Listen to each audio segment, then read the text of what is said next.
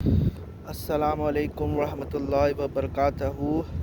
अच्छा, एक चीज़ तो पता चल गया है कि ये जो इंजीनियर मोहम्मद अली मिर्ज़ा के ख़िलाफ़ जो 295C का जो केस बना है ना, इससे कुछ चीज़ें तो एकदम वाज़ेह हो गई है कि ये जो उलमा और मौलवी जो है, और उसमें से कई दाई भी है, जैसे अदनान रशीद हो गया, ये अपना कैसर अहमद राजा हो गया, ये कितना जो है पर्सनल हसद रखते हैं और कितना जो कीना और बुग्स रखते हैं एक दूसरे के ख़िलाफ़।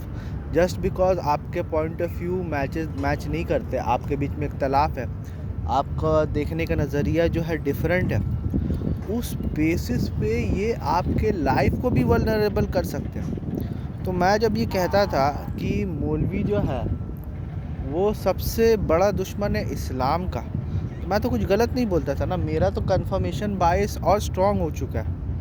ठीक है, कुछ ऐसा करो यार जिससे मेरा कन्फर्मेशन बायस जो है मौलवी के अगेंस्ट वो टूटे।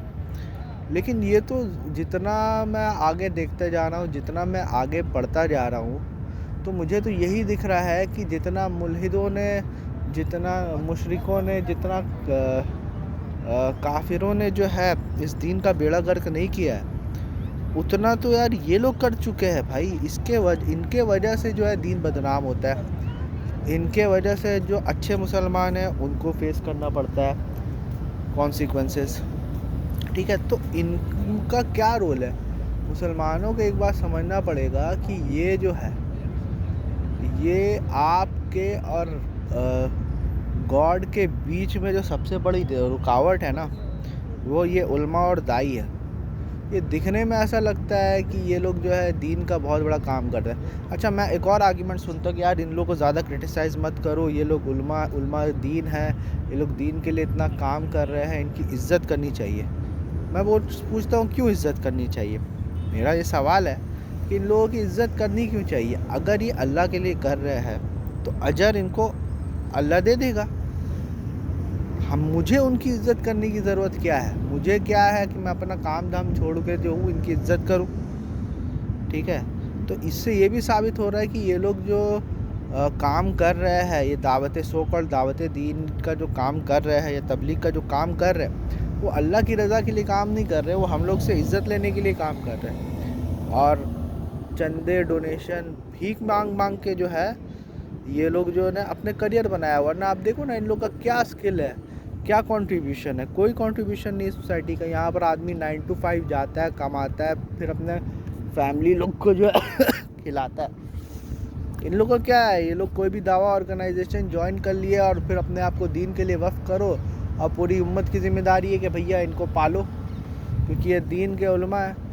और यही हमारा ईगो बूस्ट करेंगे नॉन मुस्लिम्स के सामने, हम लोग को ऊंचा दिखाएंगे नॉन मुस्लिम्स के सामने। यही तो है, और क्या इनका रोल है? आप इनके वीडियोस देख लो, आप इनके लेक्चर्स देख लो, सिर्फ सिवाय फ़िरका वारियत के। और फ़िरका वारियत सिर्फ मुसलमानों के अंदर नहीं, ये गैर मुस्लिम्स के साथ भी फ़िरका वारियत फैलाते हैं। मतलब ये खासकर मुसलमानों को बोलते हैं कि गैर मुस्लिमों से नफ़रत करो, क्योंकि गैर मुस्लिम जो है वो काफिर है।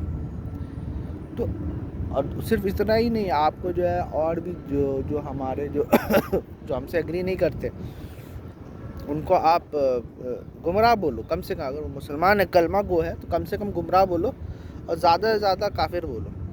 ठीक है, लेकिन कम से कम गुमराह तो तुम बोलो ही बोलो। Just because they do not agree with you, so they are misguided. बस यही एक पैटर्न तो दिख रहा है। और इसके अलावा मेरे को कोई पैटर्न दिखाओ ना। यहाँ पर दो दुश्मन भी अगर होते हैं ना, तो किसी एक दुश्मन के यहाँ जैसे मौत हो जाती है या कोई बुरी खबर आ जाती है ना, तो उस दिन जो है कम से कम जो है लोग बोलते हैं कि यार हटाओ यार, इसके घर में मौत हो गई है। आज जो है अपनी दुश्मनी को थोड़ा देर के लिए पॉज कर देते हैं, और उनको थोड़ा बहुत कभी का एक very very sad to see your loss. जितने भी सेक्युलर लोग हैं, जितने भी लिबरल लोग हैं जिनको ये लोग गाली देते हैं, वो लोग तो जब जैसे किसी की कोई जो है ख़त्म होता है, या फिर इवन जो पॉलिटिशियन है जब उनकी अपोजिशन जीत जाती है, तब भी उनको कॉन्ग्रेचुलेट करते। क्रिकेटर्स जितने होते हैं, उनकी अपोजिशन अगर जीत जाती है तो उनको कॉन्ग्रेचुलेट करते, congratulate to team India, team Pakistan. लेकिन ये वाहिद ऐसी कम्युनिटी है, ये मौलवी कम्युनिटी और ये दाई कम्युनिटी, जो कि दूसरों के मौत के ऊपर भी जो है ना, जस्ट बिकॉज वो तुमसे एग्री नहीं करता है या तुम्हारे फ़िरके से नहीं है, तो लोग मौत के ऊपर भी जो है छोड़ते नहीं है दुश्मनी। अभी अब इंजीनियर मोहम्मद अली मिर्ज़ा का केस क्या दिखाता? इंजीनियर मोहम्मद अली मिर्ज़ा का केस ये दिखाता है कि आप अगर हमारी पोल खोलोगे तो हम आपकी लाइफ को वल्नरेबल बनाएंगे, ठीक है ना। यहाँ पर तो अब तो हमें मौका मिल गया है कि अच्छा अब तो तुम अंदर हो, 295C तुम्हारा लग गया है। मैं ज़्यादा 295C पे नहीं बोलूँगा क्योंकि ये कानूनी कार्रवाई है। अबे कानूनी कार्रवाई है, या तो वो गुस्ताखे रसूल है तो बोलो गुस्ताखे रसूल है, या तो वो गुस्ताखे रसूल नहीं है, दो में से एक ही होगा ना। इसमें कानूनी कार्रवाई क्या? जिस बेसिस पे उसको अरेस्ट किया गया है वो बेसिस तो एकदम सामने है। तो ये चीज़ तो किसी भी जो है कॉमन सेंस वाले आदमी को अगर आप बोलोगे, किसी भी नॉन मुस्लिम्स को बोलोगे कि ये जो क्या इसको गुस्ताखी कह सकते हैं क्या, तो वो ये बोलेगा कि गुस्ताखी का तो कोई सवाल ही पैदा नहीं होता। हाँ, आप चॉइस ऑफ वर्ड्स के ऊपर आप बोल सकते हो। और ये जो है देखो इस्लाम का जो रेपुटेशन, इनको ऐसा लगता है ना कि इंजीनियर मोहम्मद अली मिर्ज़ा को ये लोग सुलटा के जो है इनके लिए बहुत फ़ायदा हुआ है। इनके लिए फ़ायदा नहीं हुआ है, इनके लिए एक्चुअली नुकसान हुआ है, क्योंकि दुनिया देख रही है सर। अल्लाह तो देख ही रहा है, दुनिया भी देख रही है। दुनिया देख रही है कि यार इन लोगों से तो इनके खुद के मुसलमान जो है वो मुस्लिम का क्या डेफिनेशन है।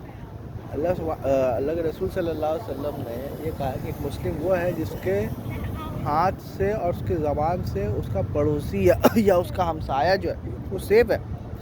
लेकिन मेरे को एक बात बताओ कि क्या मुसलमान के हाथ से दूसरा मुसलमान सेफ है? ये इंजीनियर मोहम्मद अली मिर्ज़ा का जो है इंसिडेंट है, ये क्या बताता है कि एक मुसलमान जो है दूसरे मुसलमान से सेफ है? मेरे को तो एकदम नहीं लगता है ये चीज़। अभी मुफ्ती तारिक मसूद के ऊपर भी गुस्ताखी का इल्ज़ाम लगा था, तो कितना डर का माहौल था यार। और कितने लोग को जो है अलग से जो है हसन इलियास साहब, गांधी साहब और ये सब जो है वो बोल रहे थे कि कितना, मतलब किसी के ऊपर गुस्ताखी का इल्ज़ाम लगा दो यार। मतलब they have used Islam as a tool, अपनी जायदादें बनाने के लिए, अपनी हुकूमत करने के लिए जो है ये लोग किसी की भी लाइफ को वल्नरेबल कर सकते हैं। ये लोग इतना हद तक गिर सकते हैं।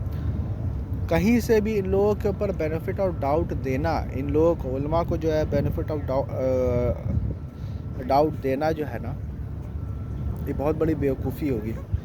तो इन लोगों को जो है, इन लोगों की औकात दिखाना बहुत ज़रूरी है, ठीक है। और ये कोई जो है ना उलमा की जो इज़्ज़त करने की कोई ज़रूरत नहीं है भाई। इज़्ज़त बहुत नेचुरल होता है। कोई अच्छा काम करता है तो दिल से इज़्ज़त अपनी निकल जाती है। दूसरों को बोलने की ज़रूरत नहीं है कि इज़्ज़त करो, हमारी इज़्ज़त करो। बस जो ज़्यादा इज़्ज़त मांगता है ना वही जो है इज़्ज़त को जो है डिज़र्व नहीं करता है। तो ये देखो कितना एक्सपोज कर दिया है जो ब्लास्फेमी लॉ है, ब्लास्फेमी जो सिस्टम है, उसको किस हद तक जो है ये एक्सपोज कर दिया गया है कि हाउ डेंजरस। जैसे कि इंडिया में सेडिशन लॉ था ना, जिसकी वजह से उमर खालिद को अरेस्ट करके रखा गया, अंडर ट्रायल है बंदा, उसका जो है कोई भी जो है प्रूव नहीं हुआ है, कुछ भी प्रूव नहीं हुआ, लेकिन फिर भी ये चीज़ है। उसी तरह वहाँ पर पाकिस्तान में लोग ब्लास्फेमी लॉ बना लिया। तो अल्लाह ही रहम करे भाई मुसलमानों का, मैं तो यही बोल रहा हूँ। और अभी देखो उधर पर यूके में भी टॉमी रॉबिन्सन जो है वो क्या क्या कर रहा है।